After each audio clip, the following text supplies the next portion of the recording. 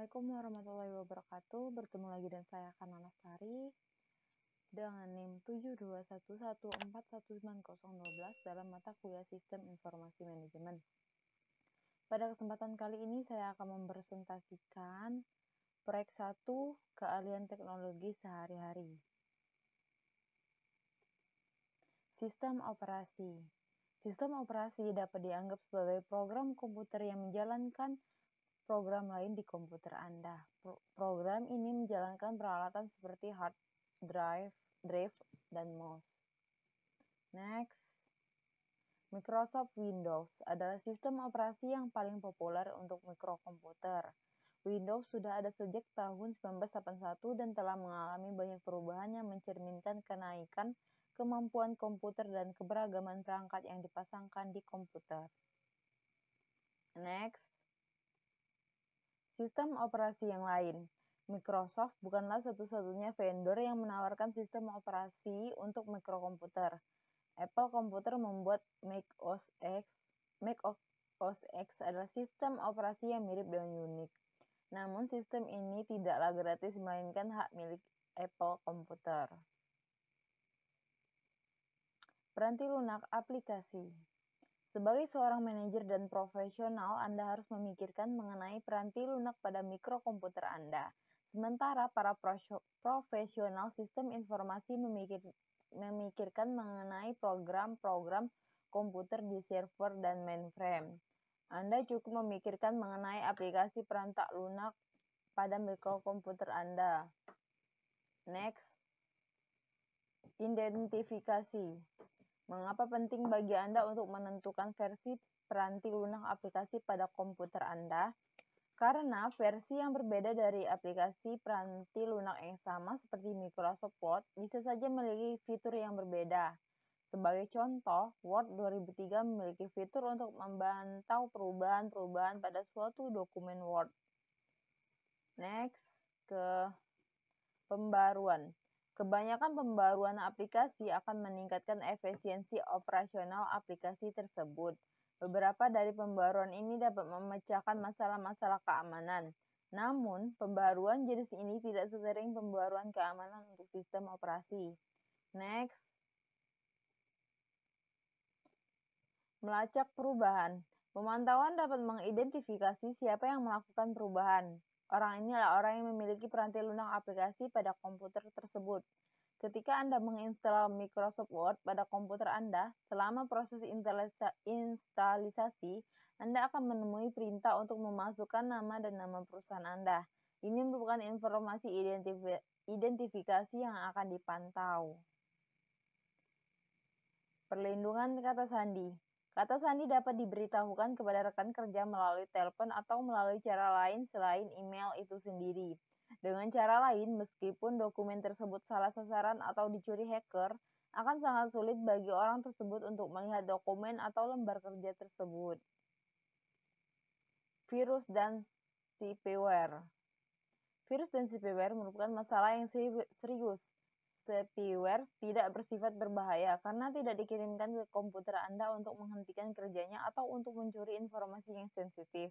Sebaliknya, virus dibuat untuk menghancurkan atau mencuri informasi pada komputer Anda dan menyebabkan komputer menjadi tidak berguna. Next. Ancaman dan hoax. Istilah phishing digunakan untuk menggambarkan email yang meminta informasi yang sensitif dengan cara menyamarkan sebagai permintaan yang sah dari suatu organisasi. Email.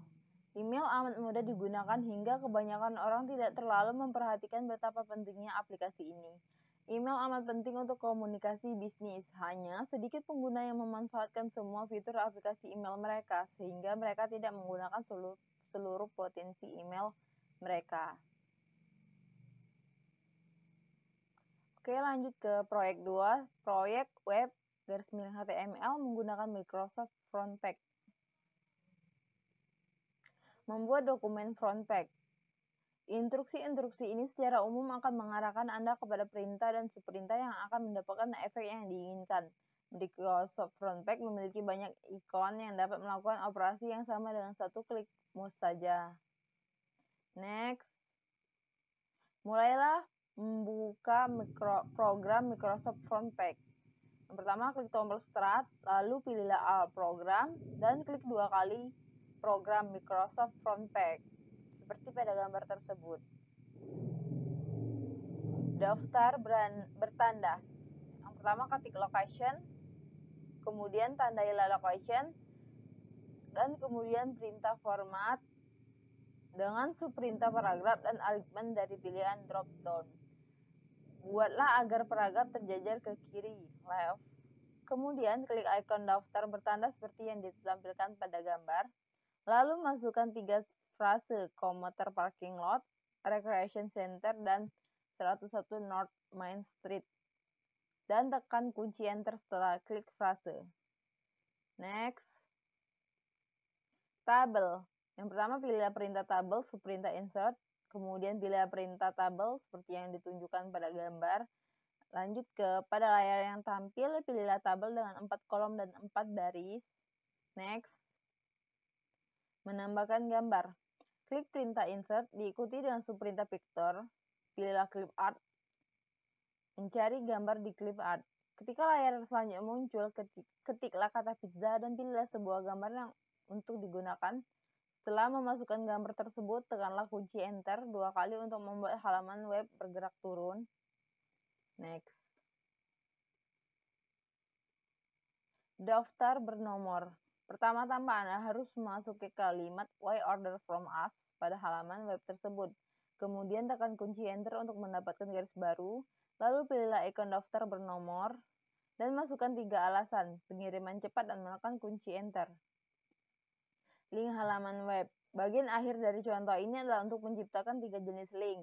Sebuah link untuk alamat email, sebuah link untuk halaman web lain, dan sebuah link untuk bagian lain halaman web tersebut. Membuat link memberi kesempatan bagi pengguna untuk pergi dari satu tempat ke tempat lain. Perangkat ini khususnya berguna untuk memberikan suatu cara bagi orang yang membaca halaman web tersebut untuk mengirimkan email kepada orang yang menciptakannya. Next. Melihat halaman web yang telah dikerjakan. Di bagian bawah layar frontpage terdapat 3 pilihan, normal, HTML, dan preview. Klik preview, Anda akan melihat bagaimana halaman web akan ditampilkan pada browser. Sekarang waktunya melihat apakah contoh yang telah Anda buat bekerja dengan baik. Halaman tersebut tidak harus terlihat persis. Perhatikan bahwa teks tersebut berbentuk huruf miring pada halaman web Anda sebagaimana halnya tersebut pada figur P2.1. Next.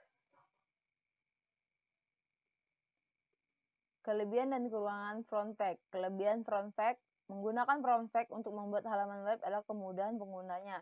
Komputer dan peranti lunak untuk semakin murah, sementara biaya gaji dan upah semakin tinggi. Oleh karena itu, kebanyakan organisasi mengandalkan peranti lunak seperti frontpage untuk menghemat biaya karyawan.